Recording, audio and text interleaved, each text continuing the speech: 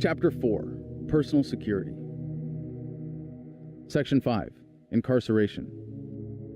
Locking someone in a cage is never justice. It is only punishment or justified isolation of someone who is a danger to others. Locking someone in a cage for hurting a person does not make the victim whole. Locking someone in a cage for doing something you just don't like makes you the criminal. Sometimes individual acts of incarceration are justified, but modern prison systems contain mostly people whose incarceration itself is a crime. Even for its stated objectives, a punitive prison system is a dangerous and ineffective tool. All real crimes stem from a failure to thrive within voluntary cooperative relationships. Many governments try to portray their prisons as rehabilitation centers, and while some people come out of prison much stronger and healthier because of the educational experience, that is clearly not their purpose. Some governments have the audacity to call their prisons correctional, as if they have the power to correct someone's behavior. In many cases, governments will sentence violent criminals on the presumption that they are too dangerous to be in civil society at the time of sentencing, but after a few years in a madhouse surrounded by similar offenders, they will be safe to release. If someone who hurt someone goes to jail or even gets the death penalty, how does the victim benefit? They might feel safer without their attacker on the loose, but now they are being victimized as a taxpayer to pay for the cost of housing, food, and health care for another inmate whose productive capacity is reduced to nearly zero. Real justice would be reparations for damages and compensation for victims. Revenge never serves justice, however tempting it may be. The more we question the assumptions of modern prison systems, the more aware we are of their disastrous effects. Dealing with violent, irrational, and criminally insane people is an important function in any society, and it will be very exciting to see how cooperative efforts will address these issues and how much more productive and happy society will be without so much effort invested in keeping people behind bars. Chapter 4. Personal Security. Section 6. Self-defense. What makes governments critically unique is the way they use guns. Everything governments demand we do or not do is backed up with, or else police with guns will come and lock you in a cage. If we all had guns and governments didn't have any, this racket wouldn't work. Governments have an interest in keeping us dependent on their protection rackets, but a police officer will never provide better protection than effective self-defense.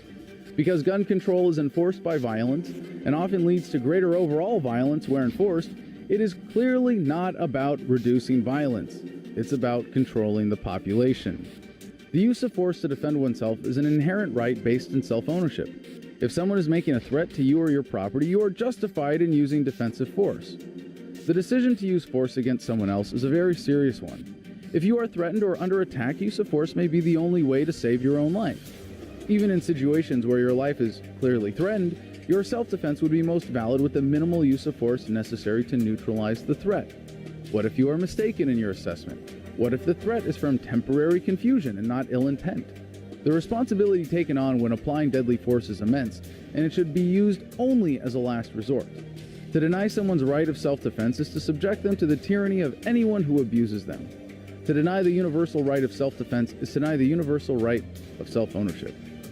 Gun ownership by nonviolent people carries an inherent threat to violent people, which violent people are willing to use violence to remove. Governments don't like their people being armed because they might revolt.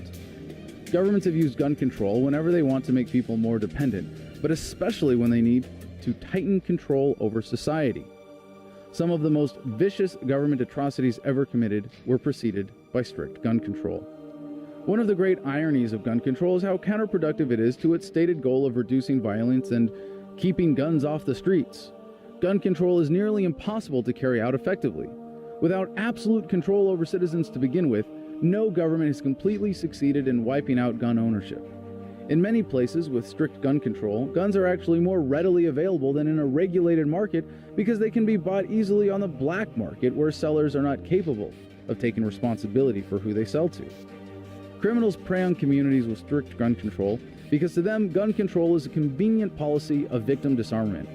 An armed or even unarmed but violent criminal can attack anyone on the street in an area with strict gun control with reasonable confidence that their victims won't be armed. This is one way governments create more crime. More crime makes people more eager for government protection.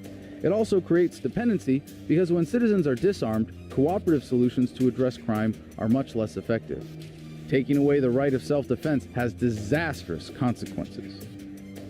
Gun control is part of a common attitude not limited to the specific technology of guns.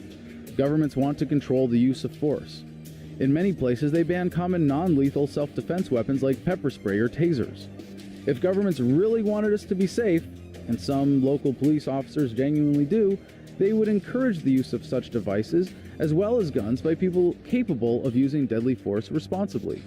Non-lethal technologies will become at least as effective as guns and eventually replace guns for self-defense purposes.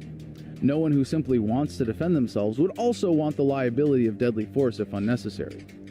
The reason gun control is so dangerous is because it promotes violence.